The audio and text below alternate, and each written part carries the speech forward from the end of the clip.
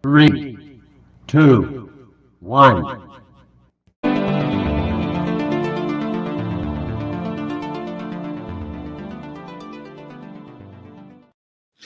Happy Sunday morning. It is week 9, and I am here with your week 9 preview on the Fantasy Football Happy Hour podcast. Hope you guys are off to a good start, and hope you got those lineups set early because we have a return to international play this week.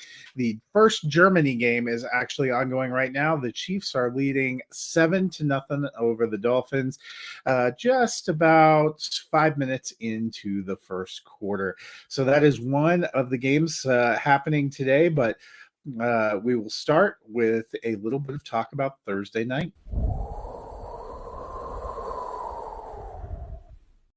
This week on the Thursday night game, we got the Tennessee Titans at the Pittsburgh Steelers. We got the second start for rookie Will Levis.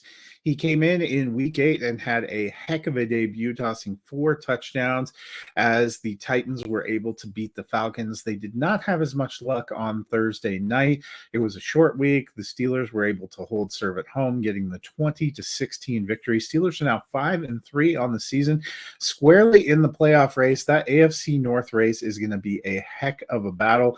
The Ravens come into this week 6-2. The Bengals are 4-3. The Browns are 4-3. That is a division where everyone is over 500.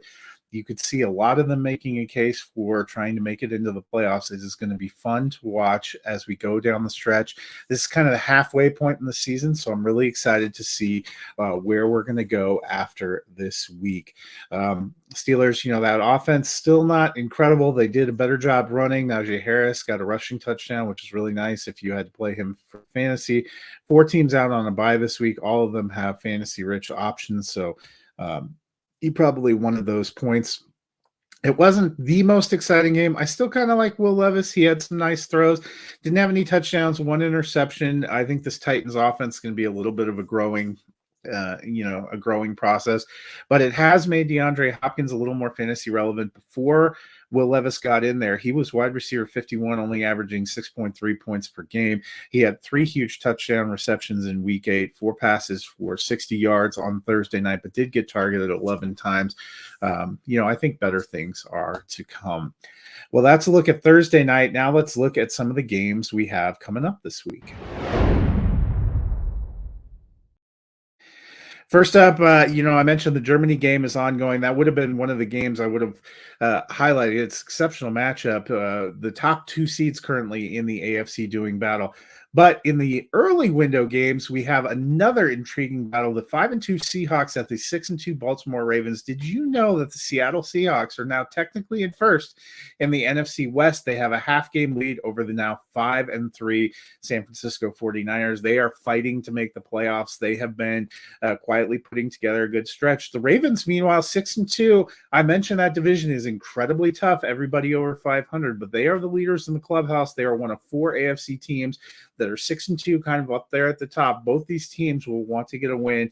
I think this could be a fierce and intriguing game. Maybe not the most high-flying, high-scoring, but, we saw Gus Edwards come to life for the Ravens last week, rushing for 3 touchdowns. We've seen Jackson Smith and Jigba coming into life a little bit lately for the Seahawks, the rookie wide receiver. So there are some pieces coming into play.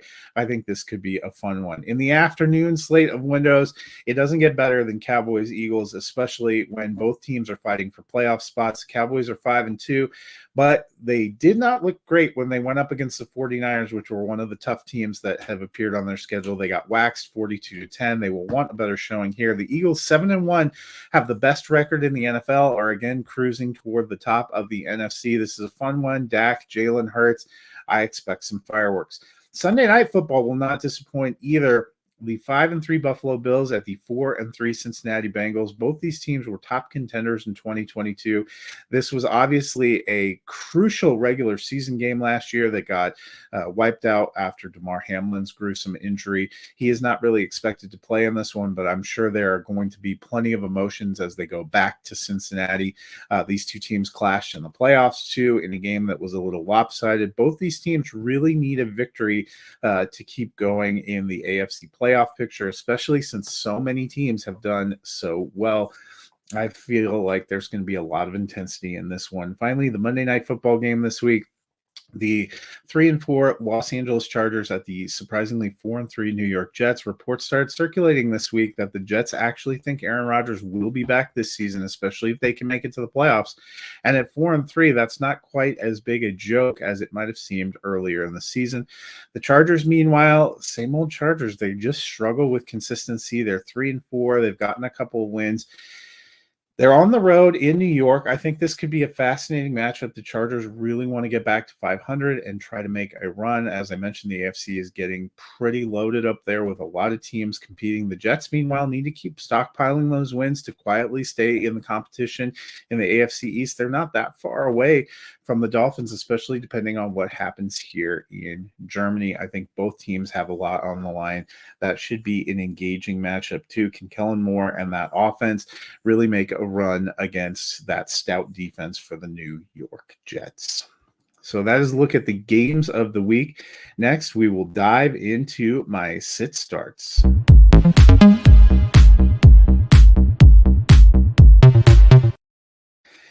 After a grim week in week 7, my week 8 record for sit starts was a heck of a lot better. In starts, I went 3-1. My one miss was CJ Stroud. Just did not have a good week last week. I also went 3-1 on my sits. My one miss was DeAndre Hopkins. You know, I mentioned how much he was struggling before Will Levis got in there, but Will Levis really helped him wake up. He finished as wide receiver 2 last week, so I missed that one by a wide mark.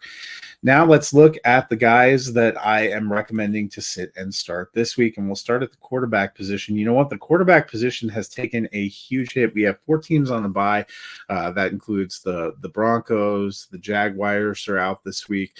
A couple of really big fantasy football option teams are missing. The Lions, quarterbacks you might be considering playing between that and the 49ers are the other team that's out. I'm sorry. Let me finish my thought. But we also have a huge spate of injuries, and so that means there is not an incredible amount of depth. So I'm looking at Derek Carr. You know, between the 4 teams on the bye and all these injuries, the landscape is not that great. But Carr, he's had some moments of struggle, but the Saints are heating up at the right time. They're 4-4. They're home against the Bears this week. And in his last 4 games, Carr's had at least 15 points. He's also had 2 games with 18 or more points.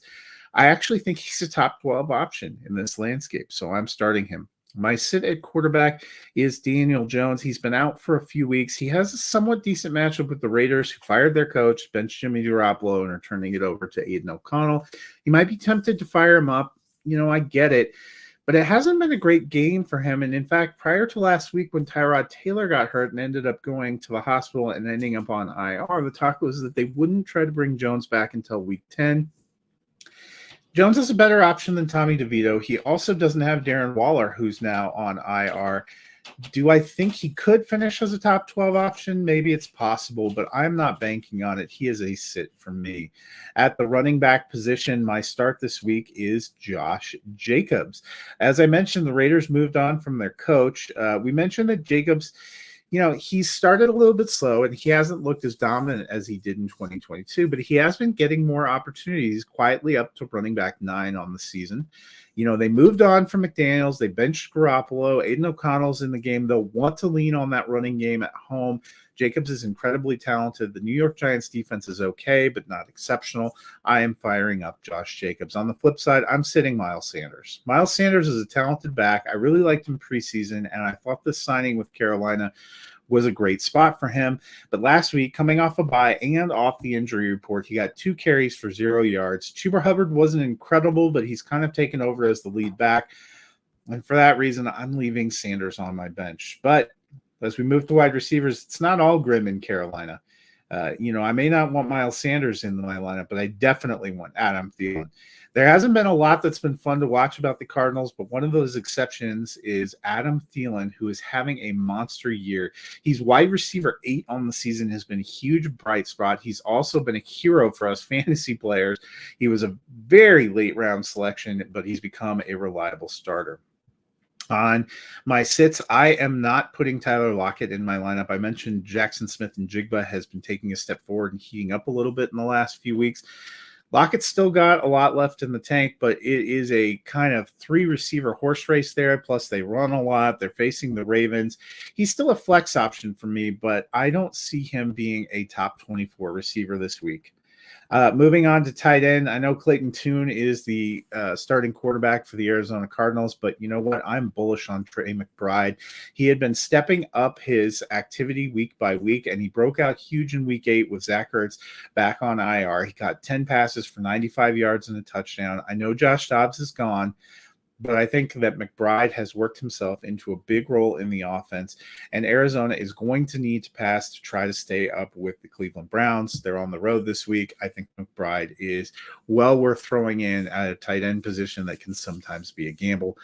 When I sit at tight end, I'm going back to the Raiders, and that is Michael Mayer. I like him and his potential, but I think Aiden O'Connell is going to try to get Devontae Adams going to be looking at Jacoby Myers. They're also going to probably lean on the run game with Josh Jacobs. I don't think that leaves enough consistency and enough volume for Michael Mayer, so I do not have him in my lineup this week.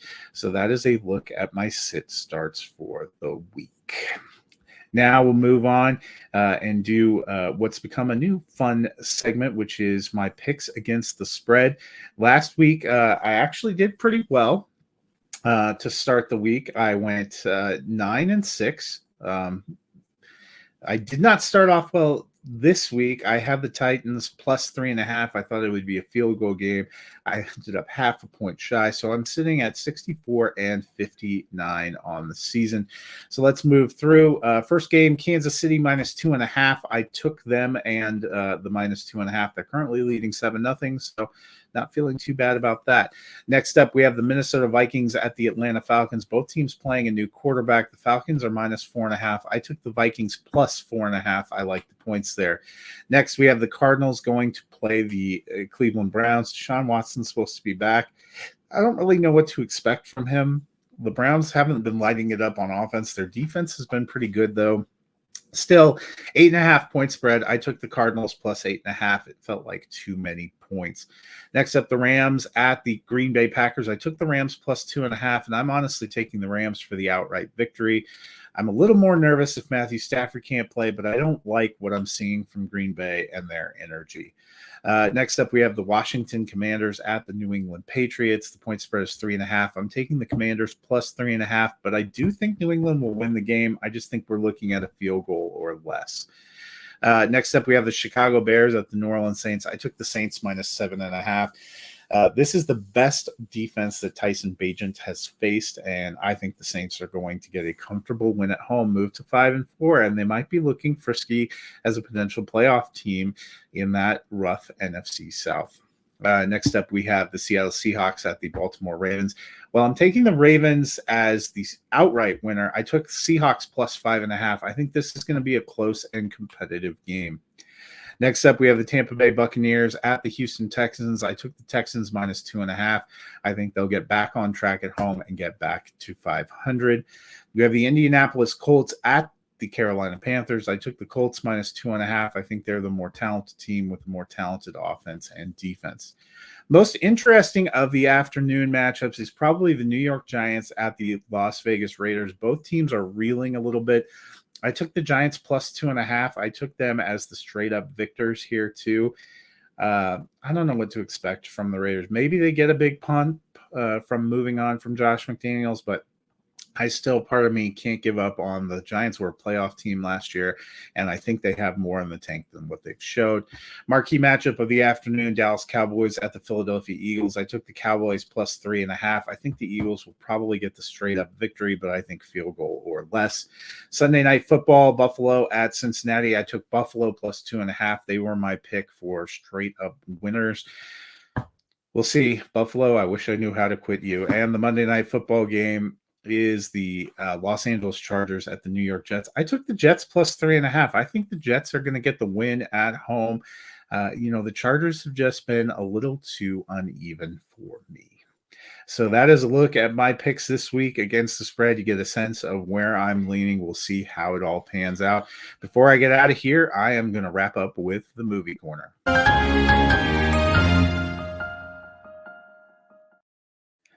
The first week in November brought a big slate of new releases that includes a few theatrical releases, headlined by Priscilla, which is likely to be an Oscar contender, and a lot of streaming releases. Fascinating documentary on Sylvester Stallone that's on Netflix. We also got the biopic on swimmer Diana Nyad called Nyad that's also on Netflix.